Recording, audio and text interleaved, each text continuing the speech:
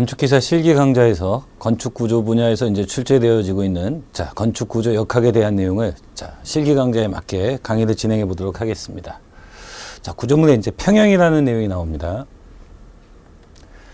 평형이라는 말이 나오면 이제 평형 조건식을 이용을 하자라는 내용이 되겠는데요.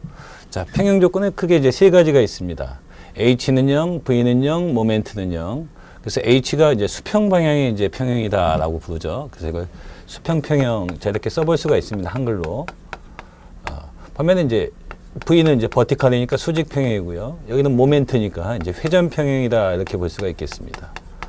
어떤 외력에 의해서 이 구조물이 평형을 이룬다고 했을 때는 수평으로도 움직이면 안 되고 수직으로도 움직이면 안 되고 회전도 되지 않아야 된다 이런 얘기죠. 그래서 이제 계산을 할 때에는 오른쪽으로 수평에서는 왼쪽 오른쪽이 문제죠. 그래서 이제 오른쪽으로 향한다라고 했을 때는 플러스고요. 왼쪽으로 향한다 그러면 마이너스 부호를 붙이시면 되겠습니다.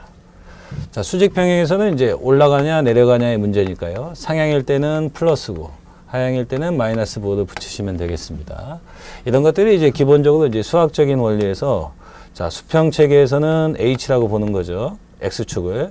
수직 체계에서는 Y축을 이제 V체계로 보는데 원점에서 오른쪽으로 가는 것이 플러스지 않습니까? 그러니까 그런 체계들을 그대로 따르겠다는 거고요. 수직도 마찬가지로 상향을 플러스로 보겠다. 그런 의미가 되겠습니다.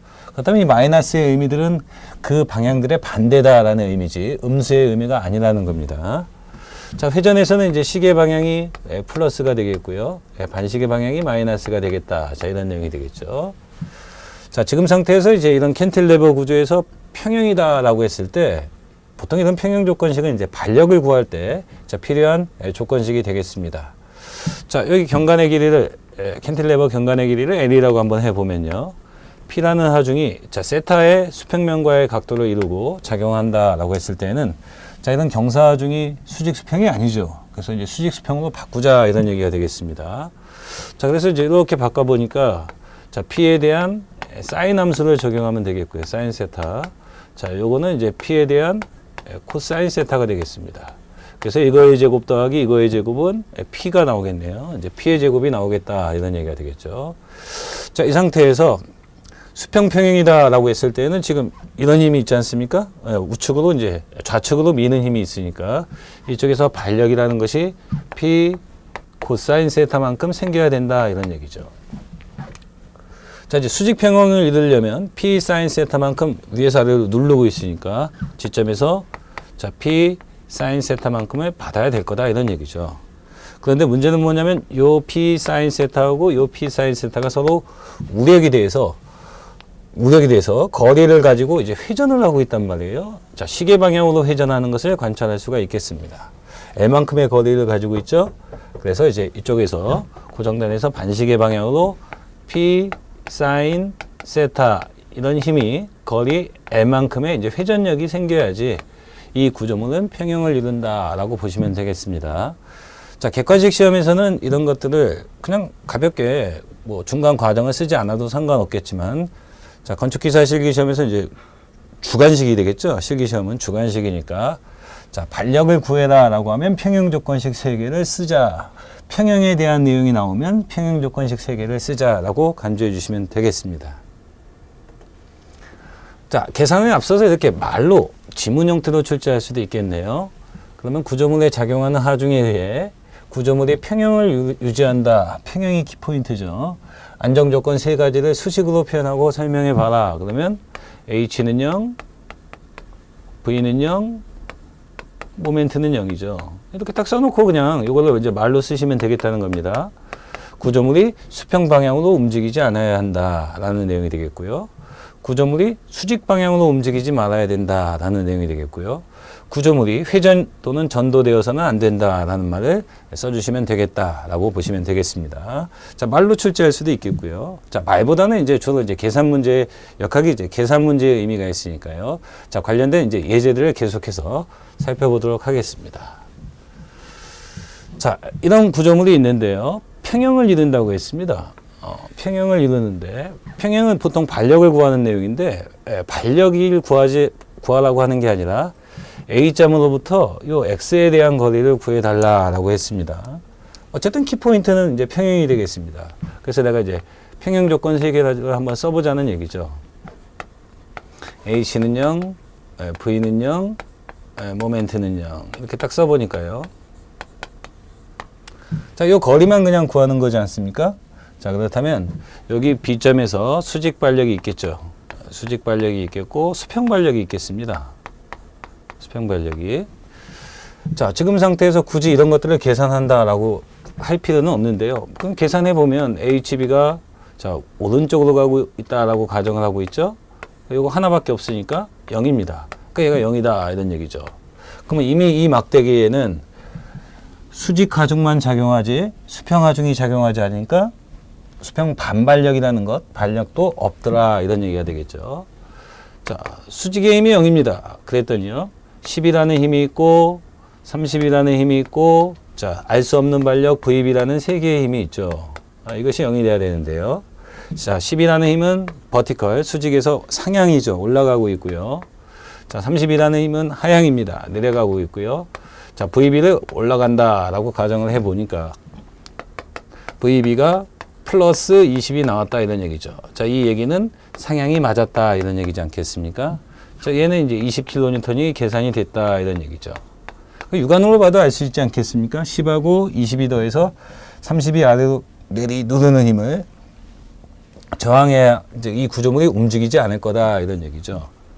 뭐 뻔히 알 수 있지만 이것들 식으로 써보는 것이 이제 중요한 관건이다 이런 얘기입니다. 자, 이때 자, 구조물의 이제 평형이라고 했으니까 어느 위치에서 모멘트를 계산해봐도 0이 나와야 되는데요. 지금 단순히 요 x를 구하라고 했으니까 요 A점에서 모멘트 평형을 쓰는 것이 곧바로 x를 구하는 합리적인 방법이 되겠다 이런 얘기죠. 그럼 A점에서는 10이라는 힘이 거리가 없으니까 이제 무시가 되고요. 자, 30이라는 힘이 x 떨어져 있습니다. 30이라는 힘이 거리, 힘 곱하기 거리. 자, 그 다음에 20이라는 힘이 3m 떨어져 있죠. 20이라는 힘이 3m 떨어져 있습니다. 이것이 0이 되면 되는데요. 자, A점에서 바라본 회전이 C가 시계 방향이다 라고 볼 수가 있으니까요. 플러스고요. 자, VB는 반시계 방향이다 라고 볼 수가 있겠죠. 자, 따라서 60을 30으로 나누니까 X는 2m다. 자, 이렇게 이제 산정을 할 수가 있겠죠. 요게 이제 요 문제에 대한 정답이 되겠는데요. 자, 평형을 이용해서 평형 조건식 이용해서 반력들을 구하는 내용인데 우회적으로 자, 그것을 이제 거리를 구하라 라고 자, 출제할 수도 있겠다 라고 보시면 되겠습니다. 자, 아니면 이렇게 이제 거리가 아니라 직접적으로 다이렉트로 이제 발생하는 힘을 한번 구할 수도 있겠네요. 부재력을 직접 구할 수도 있겠습니다. 자, 지금 상태에서 이런 로프로 지지되어 있는 구조물인데 자, P라는 하중이 작용했을 때 AC 부재, 요 부재가 발생하는 힘을 구해달라라고 했죠. 네. 그럼 이제 요 절점에서 평형을 이루어야 된다라는 내용이 있습니다. 그럼 이렇게 툭 잘라 보니까 하나, 두 개의 부재가 되겠네요. 두 개의 부재. 그렇다면 이제 이렇게 보여야 된다는 얘기죠. C라는 절점에서 자, 이쪽으로 자, AC 부재가 받아가는 폴스 힘이 있을 거고요. 이쪽으로 가져가는 힘은 이제 CD 부재가 되겠죠. CD 부재가 가져가는 힘이 있을 거고요. 그 다음에 이제 여기에 P라는 하중이 있다 이런 얘기죠. 그러면 지금 상태에서 이제 요 각도를 제시하지 않았으니까 지금 이렇게 생각해 볼 수가 있네요. 이 변의 길이가 자, 밑변이 2m고요. 야, 높이가 1m니까요. 여기가 2m고 여기가 1m면 여기는 루트 5가 되겠죠. 루트 5. 자, 이렇게 딱 바꿔봤더니 P라는 하중이 수직 하중이니까 얘는 수평이니까 관심이 없죠. 그렇다면 이제 곧바로 수직 조건, 수직 평형 조건 하나만 쓰면 되겠다 이런 얘기가 되겠네요. 왜 그렇습니까? 하중이 수직으로 줬는데 수직 부재를 구하라고 하니까 수직 평형 조건이 맞겠다 이런 얘기죠. 자, 수평 평형 조건을 쓸 수도 있겠습니다. 모멘트 평형 조건을 쓸 수도 있겠는데요. 지금 구하고자 하는 게 이제 요 AC 부재의 부재력이니까 여기서 모멘트 계산하면 셋 다 0이 되잖아요. 그러니까 어떤 물리적인 의미들이 없다 이런 얘기입니다. 하중이 수직이니까 수평 평형 조건을 쓸 필요도 없겠다 이런 얘기죠. 자, 이 상태에서 P라는 힘이 있고요. AC 부재에 힘이 있을 텐데요. 이것이 0이 되면 되겠다 이런 얘기죠. 자, 이때 P라는 힘은 하향입니다. 내려가고 있고요. P라는 힘은 내려가고 있고 AC 부재는 상향입니다. 올라가고 있는데 이것이 똑바로 올라가고 있지 않죠. 그래서 AC를 루트 5로 봤더니 수직의 힘은 1이 된다라는 얘기죠. 삼각 P.